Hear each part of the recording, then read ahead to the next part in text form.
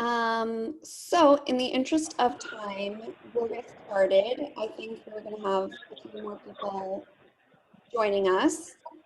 So what else did she give back to? Wait, she has the phone with too? God, answer my prayers. Oh, I'm going. Sorry about that. Okay, so everybody is going to be muted for right now, and we will unmute you later for the Q&A. But right now, I want to introduce myself. My name is Marnie Smith. I'm the Assistant Director of Graduate Career Services at the Marxe School. Today, we have Dana Politis, the Director of Community Workforce Programs, and Victor Kim, who is a Senior Recruiter and Sourcer. And we are so glad to have you both with us today. We're excited to hear about Montefiore, about the opportunities you have there. So without further ado, I will let you, Dana and Victor, take it away. Great, thanks Marnie. So hi everybody, we don't have a big group, so would you guys be opposed to turning your cameras on so we can see your beautiful faces?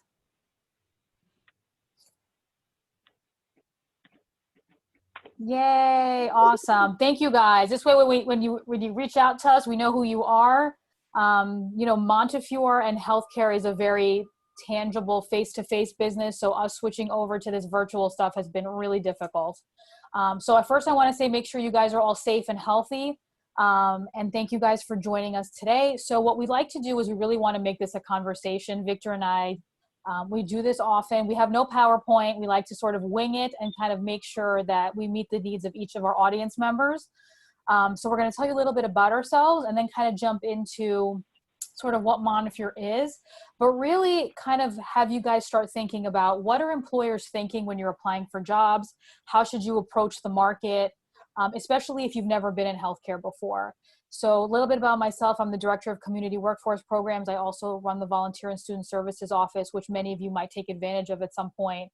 And our office is strategic in developing partnerships and training individuals in our community and our surrounding areas for people that are interested in healthcare and might not necessarily know how to kind of come in and navigate it, because healthcare is kind of complicated.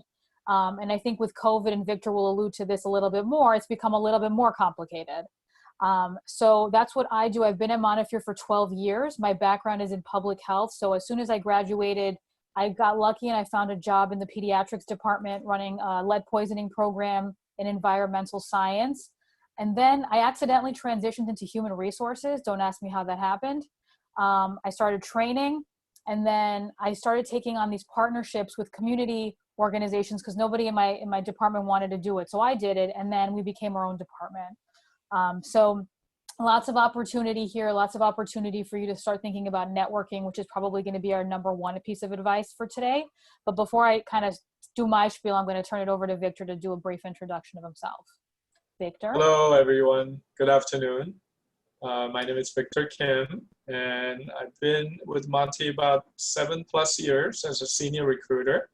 Now I'm supporting the recruiters on the behind the scene, and the official title is Professional Sourcer.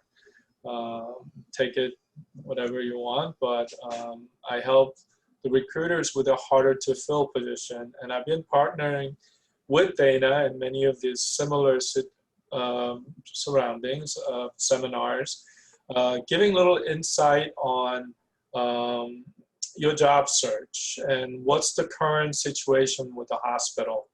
For example, right now, due to the COVID situation, I think all the hospitals are in a similar setting, whereas they're reassessing their revenue and budget at this time. There were a huge loss, especially from the elective surgery area. There is mostly revenue generating for most of the hospitals, and they're reassessing their budget. So I don't know when your graduation date is and when you start to search for a job. I don't see any number-wise huge surgeons in the job sector for the rest of the year for the hospitals. Hopefully the new year will bring us a little bit more available jobs at that time. And I guess we'll talk about more about how to apply, what the recruiter actually sees in your resumes or the cover letters. We'll touch a little bit on the interview tactics, maybe, if we have time. All right, so Dana? Thanks, Victor. So guys, if you want, you can feel free to chat anything. I know Marnie and I were all looking at it, but if there's something comes up, feel free to type it in. So really my focus here is, what are you doing to prepare yourself even before you look for a job? So one of the things that we tell folks that we're training, and Victor can allude to this, is experience. So obviously a lot of you guys might have work experience prior to healthcare. That's probably transferable, that you should start thinking about how you can make that translation. But really the biggest thing is you should be looking at maybe volunteering or interning in a hospital setting. So the reason I say that, and I say that now more than ever, is because things are very different than they used to be. And I think, Rosie, I'm not putting you on the spot, but I see NYU Langone on your shirt, my friend. Are you, what do you do out there? It's okay. No. You're on mute. Hold on. There you go. Rosie, what do you do at NYU? Hi, I'm a CAT scan technologist at NYU. Awesome. So you kind of know. So I'm sorry to put you on the spot, but I see. Stop it. You eat. Don't worry about it. Sorry to put you on the spot. So one of the things that I always kind of say, if you're not in healthcare, is really kind of getting the feel for it, sort of seeing how it works, because I'm not sure what anyone's experience is. It's a really interesting dynamic. I think the other thing that's really important is, what are you looking for in an organization? So Montefiore is over 100 years old. We're in the Bronx primarily, but we're also expanding into Westchester, Rockland, Dutchess. I don't know if anyone's from up north in that direction.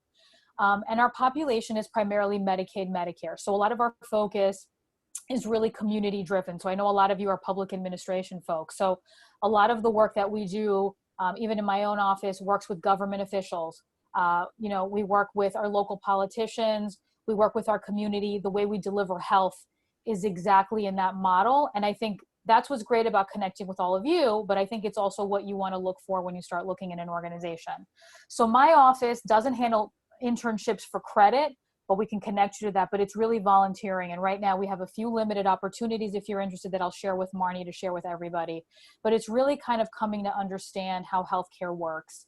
I think traditionally people sort of think of doctors and nurses, but if I tell you our workforce is predominantly not that, we're about 35,000 people.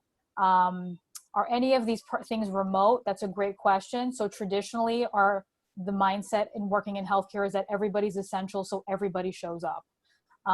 So Nicole, I'm just gonna thank you for asking, because I like picking on people, because I want you guys to make sure I'm hearing you. Is you can see that Victor and I are both in the office. So we were actually both present during COVID. Victor has a slightly different schedule because he's in a bigger group, but most of the stuff, I think, Victor, correct me if I'm wrong, people are kind of coming back into the hospital in very limited capacities. So all jobs that we have posted, we are expecting everyone to report to work on whatever the days that they require on the job description. Thanks, Victor. So I think the most important thing from my end is really interning and volunteering. If you guys have the time, we do, Nicole, if you're interested, have some remote opportunities. A lot of them, and I think what's really great is the opportunity to volunteer is how you build your network. So one of the things we really stress, and one of the things, we're going to open ourselves to, is to make sure to reach out to us after this meeting, is because we like making connections. So a lot of what happens, and Victor can attest to this, is when I train people or I meet people, Victor usually would be like, Dana, I have a job. Do you have any resumes you can send me over? And because I've vetted and I have these partnerships, so I'm very close with Marnie, we've been working together for the last few weeks, I will forward them over to Victor, and he'll start getting them straight into recruiters. So that's why I want you guys to make sure you take advantage of the relationships. Find us on LinkedIn. The organization is humongous. As you can imagine, 35,000 people is not a small number, but we also have a lot of connections within this organization for any specific interest you might have, but also in other medical centers. So healthcare, we always laugh, is actually a really small industry, and people tend to bounce around.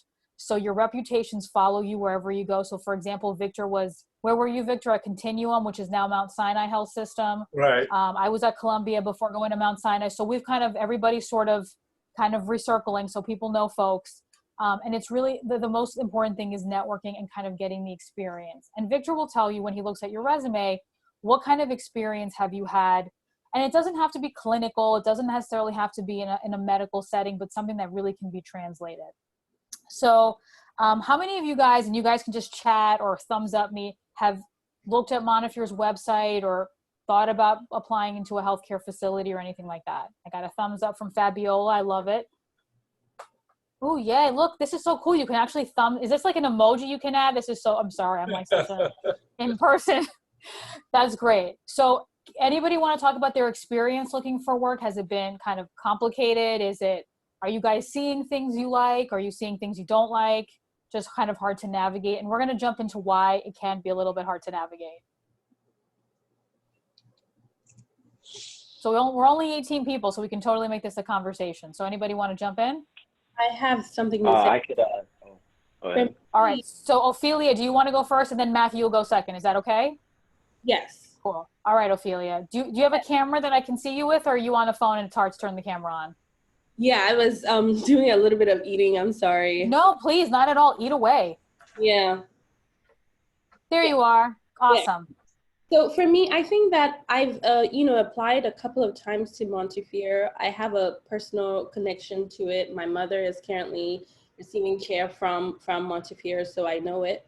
I live in the Bronx. But for me, primarily, I think my struggle is it seems like once you send in the application, it just like vanishes into and like, no response whatsoever. I've applied a couple of times. And so for me, that's like a little bit of my struggle. I don't know if, other people can identify with this. So yeah. Yep. So Ophelia, can you tell us a little bit about what kind of positions you've been applying to? Yeah, so I applied some time ago. I haven't applied recently, but my background includes communications, writing, and now the MPA program. And so if I was applying, it's more so communications, so within that realm, but also, anything that is sort of helpful for my experience as of now. I'm currently just starting out in the MPA program. I just completed or I am completing in my last semester of my MFA, which is Master's in Creative Writing. And so that's, a little bit of that. Yeah. So Ophelia, can I tell you something? There is an internship opportunity that's remote and they're looking for somebody with that background. Would you be interested in applying for it? Yeah. All right. So I'm going to send you a link. And the other thing is you're making the connection right now, right? So this is why I want you guys to turn your camera on, is because these are these opportunities that we have. So Victor's going to talk more about the application process. I feel like because he's really the expert, I'm going to put him on the spot because he always has a smart answer for everything. So, what I want you to do is, hold on, Victor, I'm not done yet. Wait a minute. So I want you to email me when you're done. I'm going to make sure Marnie sends you my email. I'm going to connect you. But this particular program is a school health program, which is really humongous, and they're looking to develop material for families and students. And what I will say about the school health program is their networking skills are amazing. They love hiring people that they can mentor, and that's how you're going to build that relationship. So that's what I do on my side. Now, Victor's going to talk to you about the job side, and then we're going to get to you, Matthew. So hold on one sec. All right, Victor, it's all you. Ophelia, I feel your pain and not trying to excuse any of our recruiters, but that is what happens when you apply online. So you can't give up because no one's responding. So treat it as a one-way love affair, okay? Do not expect any love back, but you can't give up because you never know that,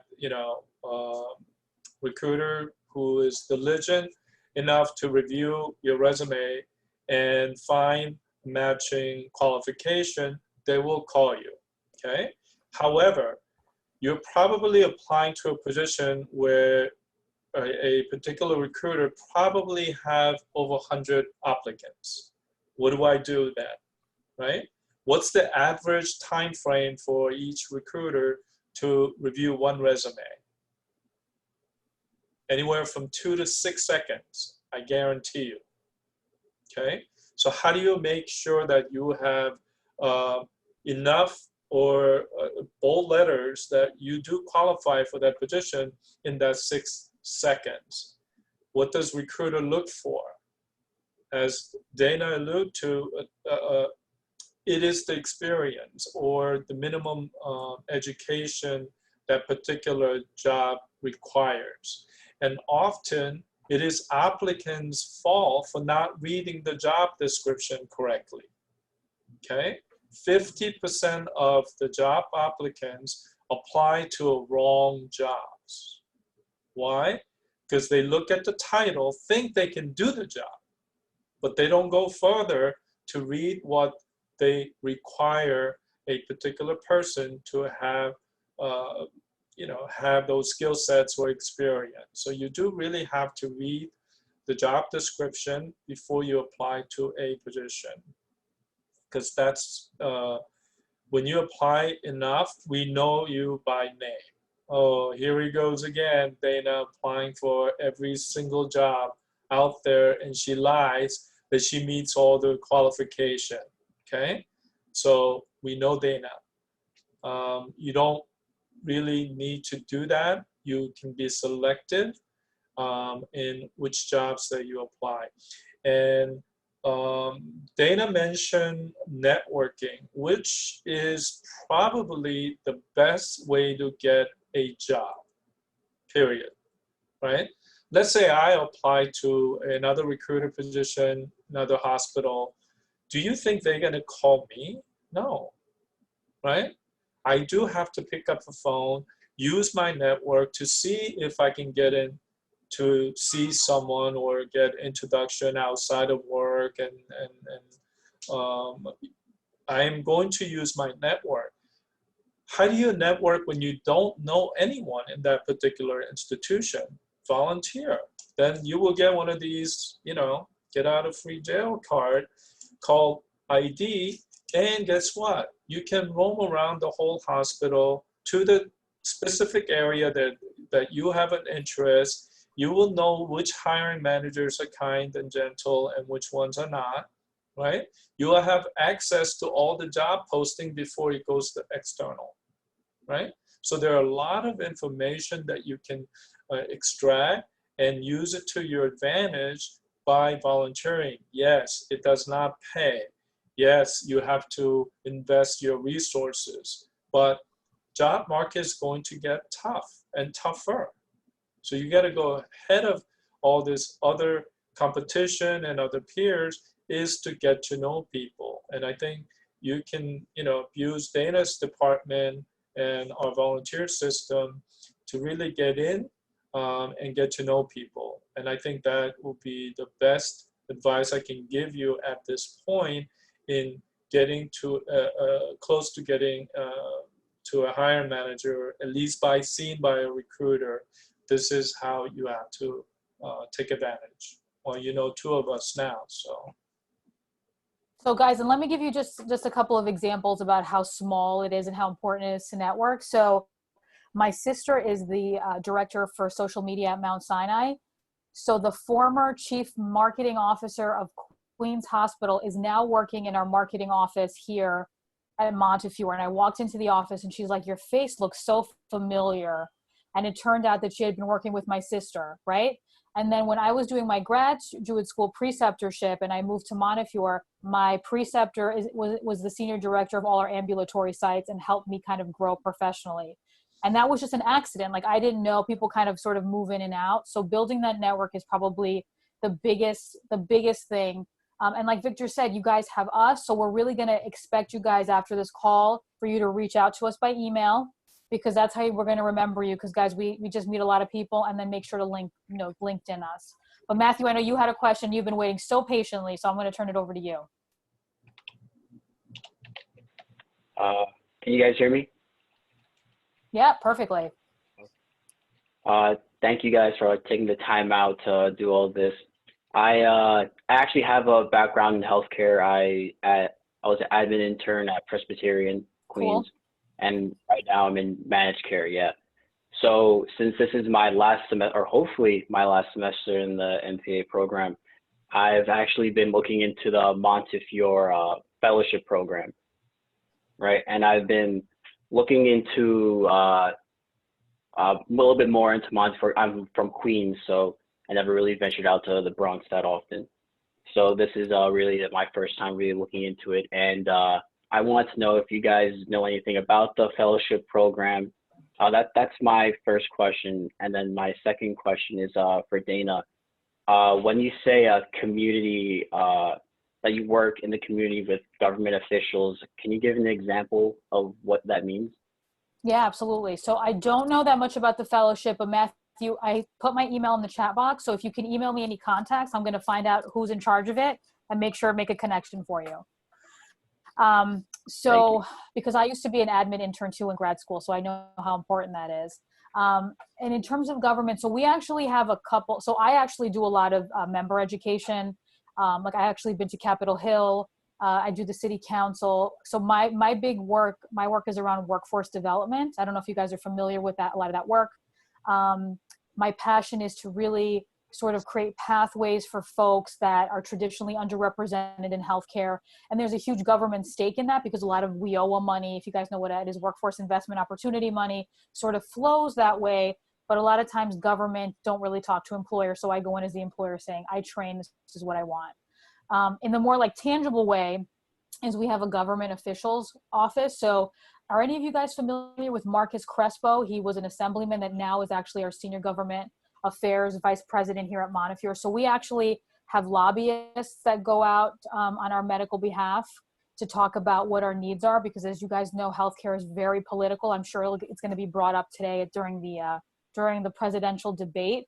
But because we're primarily Medicaid and Medicare, a lot of the work that we do focuses around the Center for Medicaid and Medicare Services. So we do a lot of involvement. Montefiore has a community advisory board. So if you come to our neighborhood, Matthew, if you ever venture out here, we have something called the Business Improvement District. So we have a department here that works with our local businesses to make the sidewalks look a particular way, to make sure local businesses are being represented. So it's not just delivering healthcare in what you think is a traditional setting. It's also how do we work with our community, because healthcare isn't just about I'm sick, I'm coming to the hospital. It's also about prevention.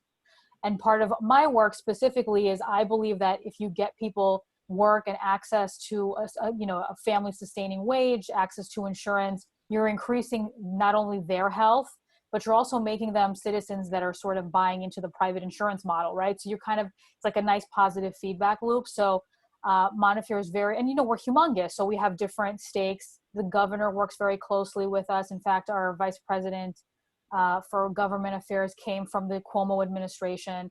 So we are very, involved in that way. And I think that's really important. And I'm not sure if you guys were familiar with it, that healthcare is very much involved in not just delivering care. There's more to delivering care, I think, than I'm not feeling good. Can you give me some medication? So I think COVID was really political, as you guys probably have seen on TV. Montefiore is very invested in the community. If you look at our website, our mission is to advance the health of the communities we serve. We have almost 30 clinics and school health programs, because a lot of our young people have no access to healthcare, and neither do their families. So we go out to them. We have mobile units. We have homeless mobile units.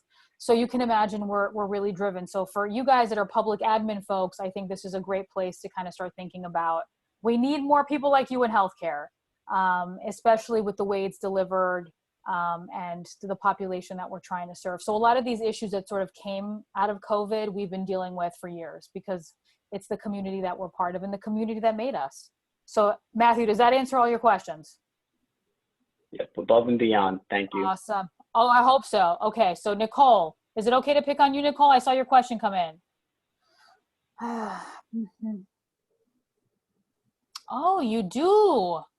So Nicole has experience. So Nicole, email me. Did I share my email with you? Did you see it? Okay, so I know a department that I'm going to share your resume with.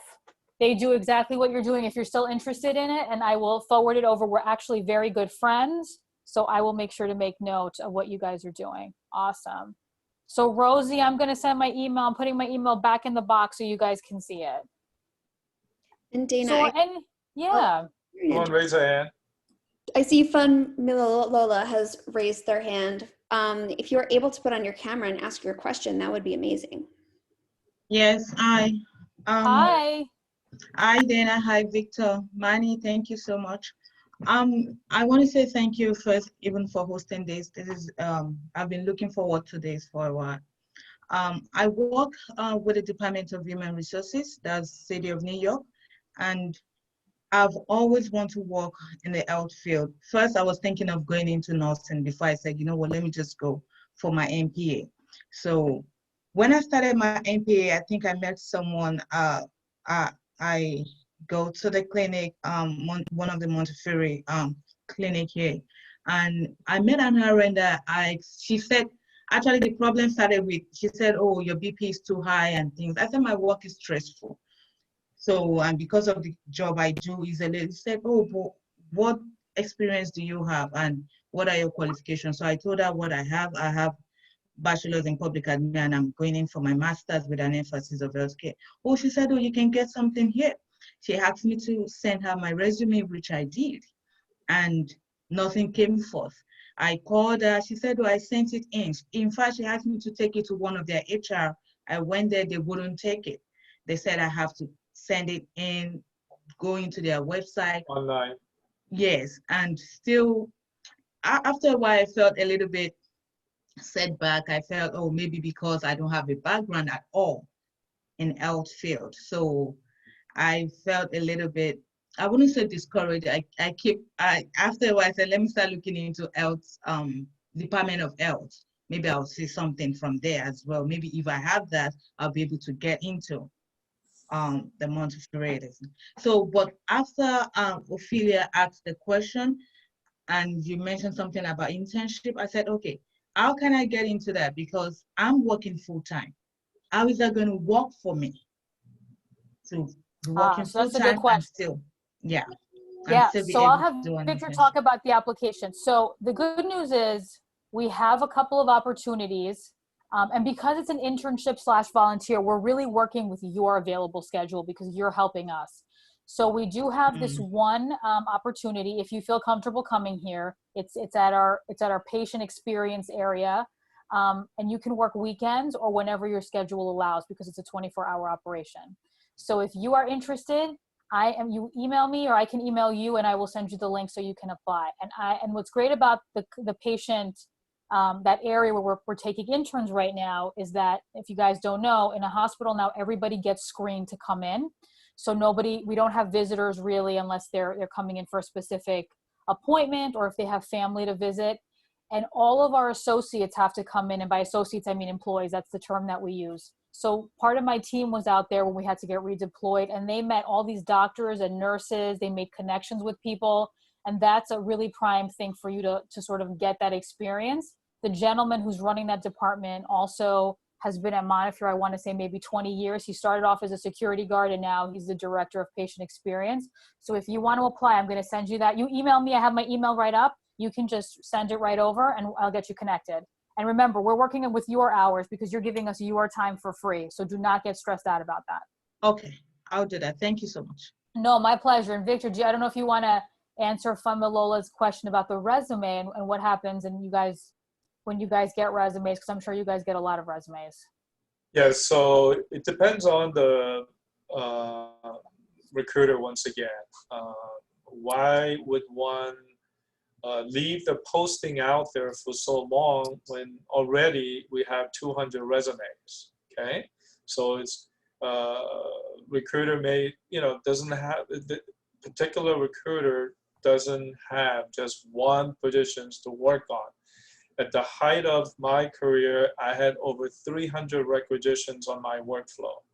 That includes physician assistants to nursing directors to housekeeping, okay? So there are a lot on the plate from the recruiter's side, and therefore, they're not gonna go in there and look at 200 resumes. So this is another, point that we wanna make today, is that you have to use all tools and not just think about the personal connection is more important and will get you in front of a hiring manager or recruiter sooner than online application. Because, everyone who have worked before, how many jobs did you really have or get by applying online? I have certainly not gotten this job by applying online, okay? Whenever we go and give a similar seminar, you know, we have very few that gets a job, especially in entry-level positions, okay? So unless it's a technical license or certificate required positions, particular recruiter or a recruiter receive so many resumes, okay? And it's how they should function efficiently to close that requisition online, but most of them, I guess, it's purely neglecting the candidate experience. I apologize on behalf of that particular recruiter, and we will strive to do better, but this is not just us, and I'm sure you guys can share your own experience and that negative experience by applying online, okay? Now, to make it up, I want to talk to you briefly about interviewing. So let's say we networked, applied, and you get in front of the manager. Now what do? You only have 15 to 30 minutes to really impress that particular hiring manager, because remember, the recruiters don't make that decision, the managers do, right? So can anyone think about a typical question you will be asked in a ordinary interview? What is the most common questions out there that they were going to ask you? All right, Rosie. I think she might have had a question, Victor. She's been Okay. having her hand up for a while. Yeah, I've had a question, but I can answer this question as well. Oh, Usually thanks, Rosie. they I do start with. appreciate it. Usually they do start with, tell me a little bit about yourself, and you're gonna That's have right. to connect that with whatever job you're applying to. So what is the best way to answer that question? What do you tell Am I still speaking? Where do I start? It's a very difficult question, isn't it? Because we don't know where to start. Do I tell them about my age? No. Do I tell them about how many kids I have? No. Do I tell them I'm a new grad with no experience? No. So where do I start? Where would one start? Now, this is the time to you being a hiring manager. So be that hiring manager and ask yourself a question: who will make a perfect candidate for you? What kind of attributes would one have to have in order to cut your mustard? What would that be? Write them down quickly without thinking about it. Write one down right now or two. What would that be? You're the manager. And guys, put them in the chat if you guys want. We can take a look at them. Right. You can hire anyone you want, but they must have these 5 attributes. What would that be? All right, someone? Rosie? Marnie? What would that be? So we have ability to multitask. Okay, Good communication skill. good communication skills. All right, so who said the first one? I did. Sorry, I didn't realize I could unmute myself. This is Nicole. I can unmute myself. I said Nicole, you ability to said- multitask. What was your attribute that one must have? Ability to multitask, and then I added ability to work with anyone, even a particularly difficult staff member. Okay. Yes, I for bet you, sure. Nicole, we only met through this, but I bet you have those qualities. Thank you. I like to think I do. All right, so, and Ophelia, you said communication. And I bet you feel that you have a great communication skills too. Yes? Funny. You're gonna end up writing 4 or 5 attributes which indicates your strength. Mm. And I'll guarantee you.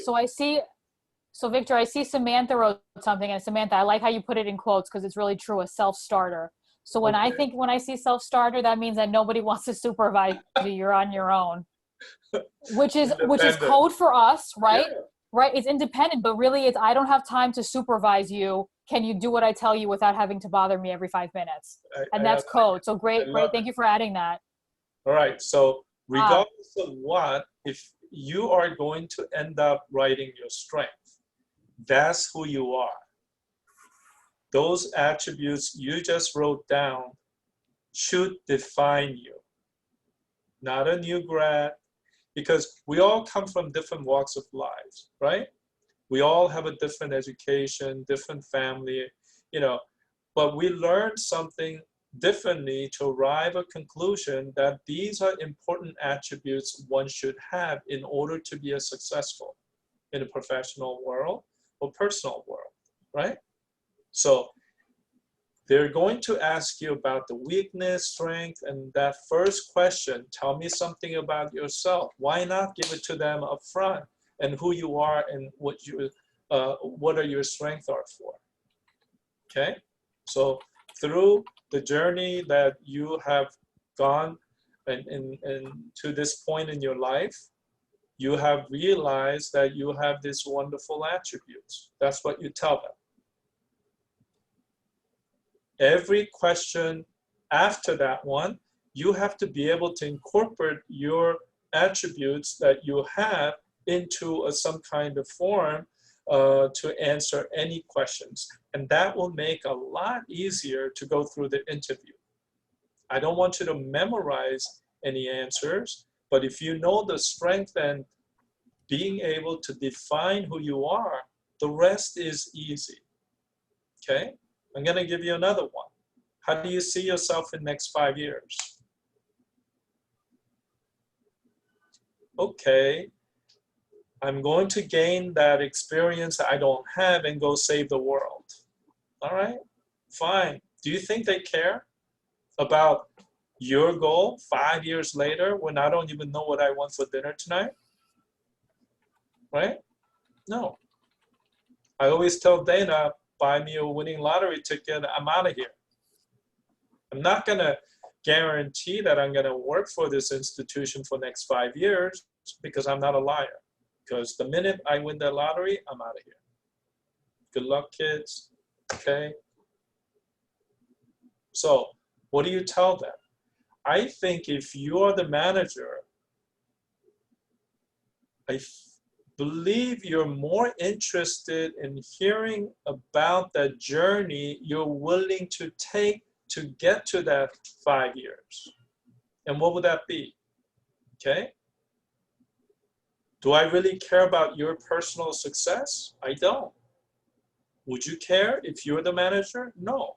Only thing that you care about is this the person who's going to come in, make me look good, make the department awesome, make my hospital great by providing a great service to our clients and get along with everybody. That's all their focus will be. So that's what you would say you're going to do for that next 5 years. And then hopefully by then, you will recognize how hard I work and, you know, the great achievements that I'm about to do, and you'll let me grow with the company. Who knows? But your goal should be secondary. The manager's goal should be the primary, right? And you have to understand what they want. And now you do, right? So now Victor, we have a couple of, yes, sorry to interrupt. Right. Yeah, we have a couple of questions that are coming in the chat. Is that okay to go through them real quick? Yeah, please. So Lisa had a question. She was just kind of wanted our perspective. So a lot of the jobs that she's seeing need nursing or clinical experience. She has a risk management and finance. So what would you like to answer for Lisa? So she just wanted our perspective. Not true. If you go on online, well, actually, I'm working on one for the contract analysis for the EPIC HB certificate, right? There are a lot of corporate jobs out there. Only 65% or so are union jobs, and you know, including nursing, and which is a huge bulk of union jobs are out there. But 35% are non-union. You know, from the entry level up to, you know, senior level.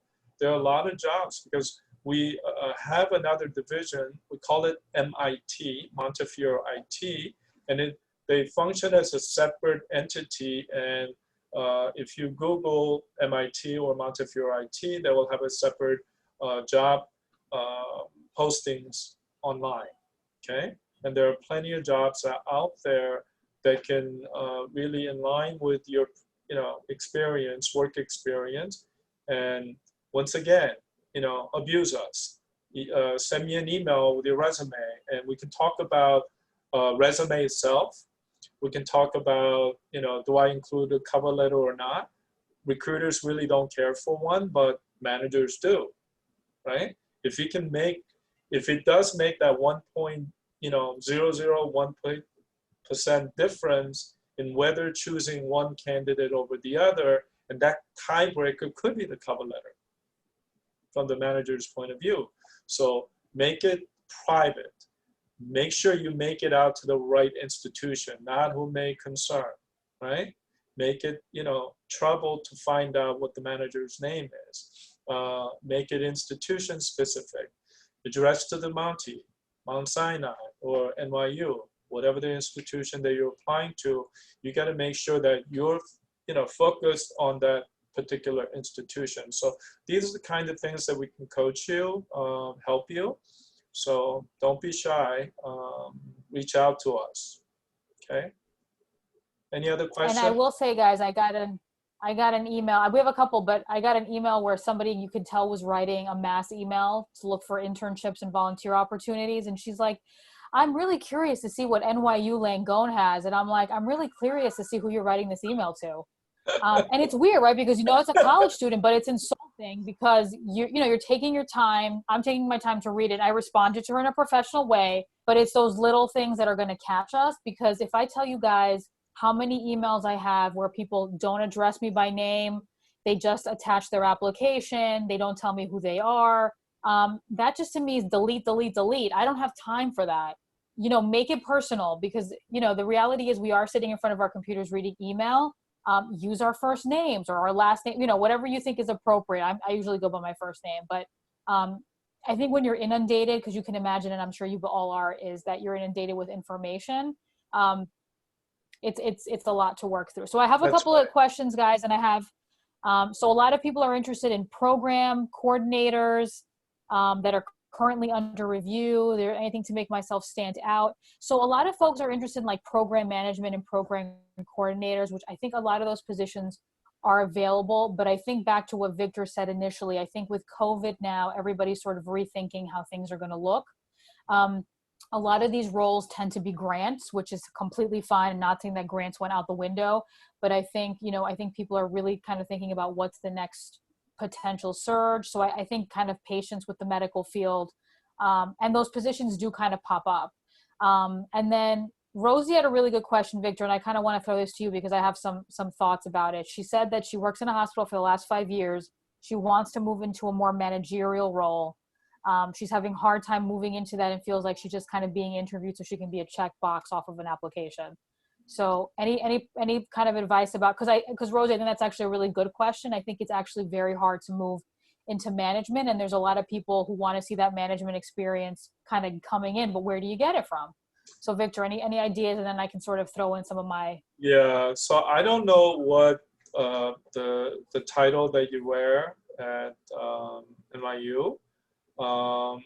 Just because I was a nurse for 15 years, just throwing out there, does that automatically qualify me as a good manager?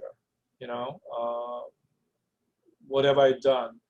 Have you reached out to your own leadership and for mentorship, right? Those are the kind of things, once again, utilizing the network that you already have. I would like to be a senior director. Who's going to make me a senior director, right? The promotion is earned, in my opinion, not given. So you are going to have to make an effort and find out, as the leadership, how did you end up getting this, level, or what path did you take, right? And you have to emulate and trust me, you will run into one of those mother goose figure that is going to mentor you to that direction. Okay? Necessary, you know, you're taking necessary step of getting the master's. Hey, education alone, 4.0 GPA is not gonna get you where you want to go, right? Dana mentioned a great point where, you know, keeping your network, how do you present yourself professionally? Interview is not about that closed room with a recruiter or a particular hiring manager. All action that you take during your volunteership, how you interact with us, reflects on your personality and your work ethics and everything that you can present yourself to that next level of a candidate, because how you act and how you talk to me is going to reflect on my recommendation to my managers and my colleagues, right? So I think that is a true interview stage, is during your networking, that's what you have to present to anyone that you meet in a professional setting, okay?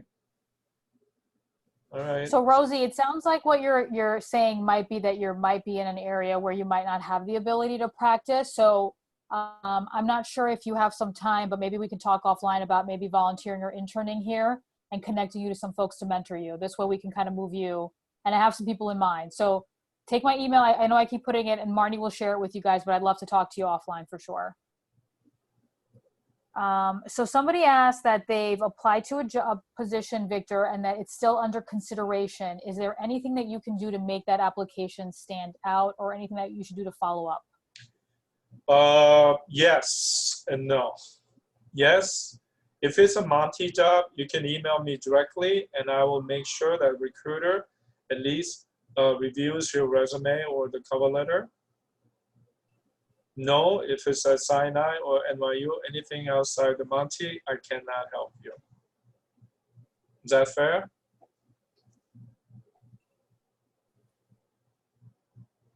So Ophelia said, what do you look for in a resume and cover letter? So Ophelia, I'm writing to you that I can share a couple of formats with you so you can see. We definitely like the one-pagers because they're easy to read. And we can, and as Victor said, 2 to 6 seconds is not a lot of time. I've had lunch with Victor that lasted shorter than that. So I feel like you can definitely, and I'll show you some really good formats. And, you know, I think the other thing to what everyone's saying is you guys are already expressing a lot of the experience that you have.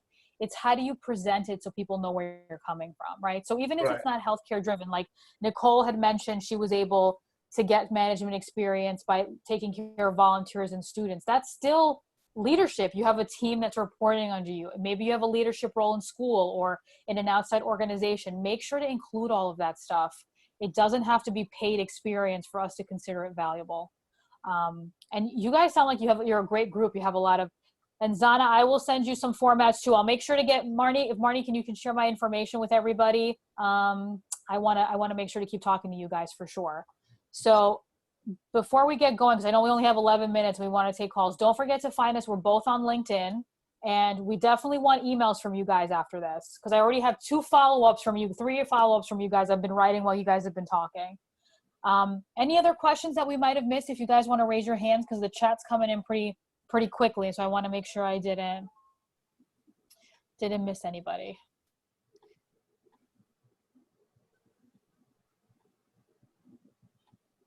You guys okay? So hey Dana. I think there were a couple that we missed. So one from Fabiola was, I think we got that one, the program coordinator one, transitioning, or maybe we didn't. You tell me. I'm a program coordinator for a managed long-term care plan for the past 5 years. I would like to transition into working in a hospital. Does this COVID climate, during this COVID climate, what is the best way to network? So I actually told Fabiola, and I want to share with you guys. So right now you're networking right now, because while you guys are talking, we're taking notes. Like literally, you guys are being interviewed right now by us. Don't take advantage. Don't ever think that when you're meeting an employer that we're not making mental notes. My students always get freaked out when I say it, but it's true. Like you guys are sharing your experience with us.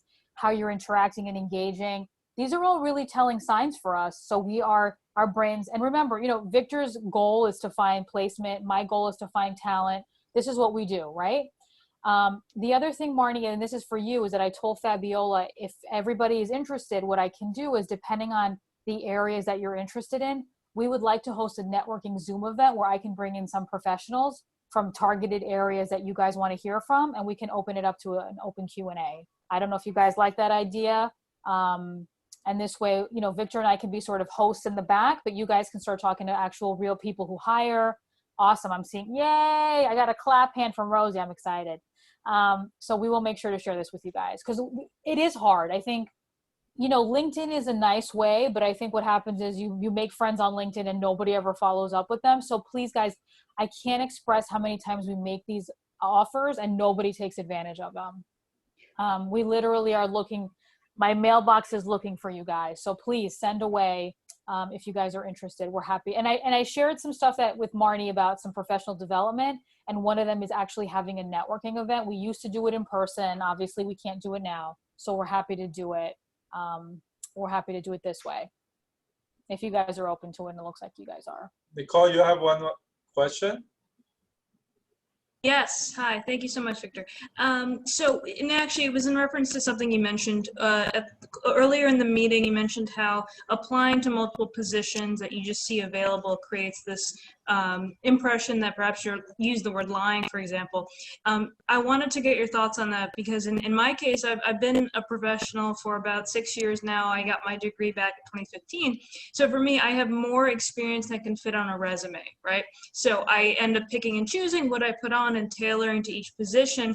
How do I kind of draw the line between doing that, just tailoring my resume? Sorry, my dog is in the background. Tailoring my resume to a position in a way that is appropriate versus lying on an application. Yeah, a very good question. I talked to another group last week, and it was a resume reviewing class. Okay, so we had a one-on-one, and I had 20 minutes to do it.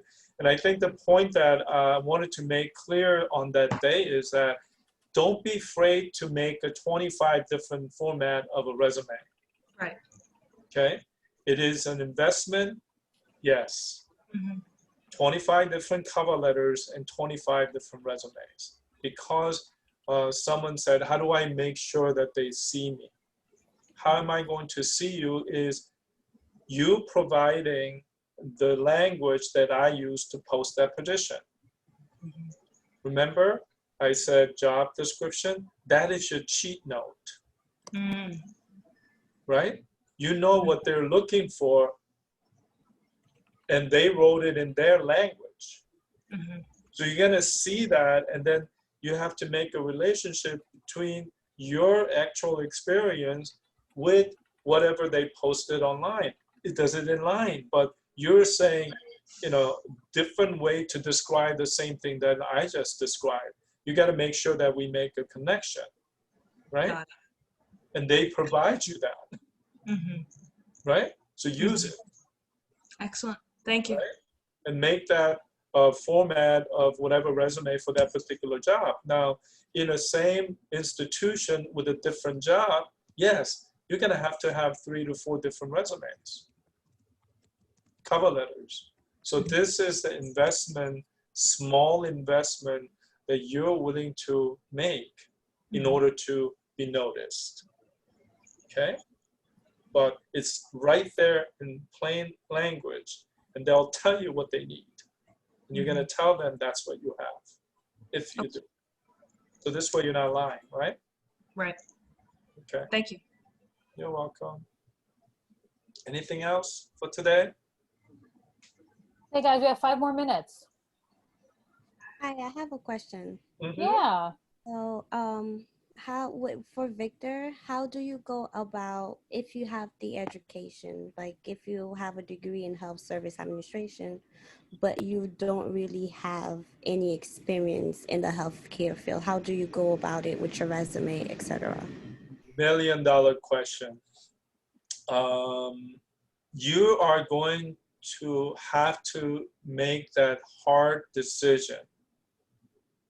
whether you are willing to just get your foot in the door into a institution and willing to start from the bottom or not.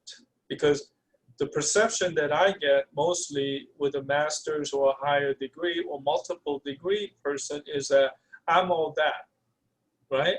I'm beyond this. I didn't go to 4-year college to do this. Well, guess what, kids? We don't need that. We need experience. And how are you going to fill that? So 2 years of a complaining, not, getting any jobs or, hitting a dead end. Well, if you would have started at an entry level 2 years ago, maybe you're in a different place 2 years later, right? So it's a personal choice, but you are going to make that sound decision. You're not dumb.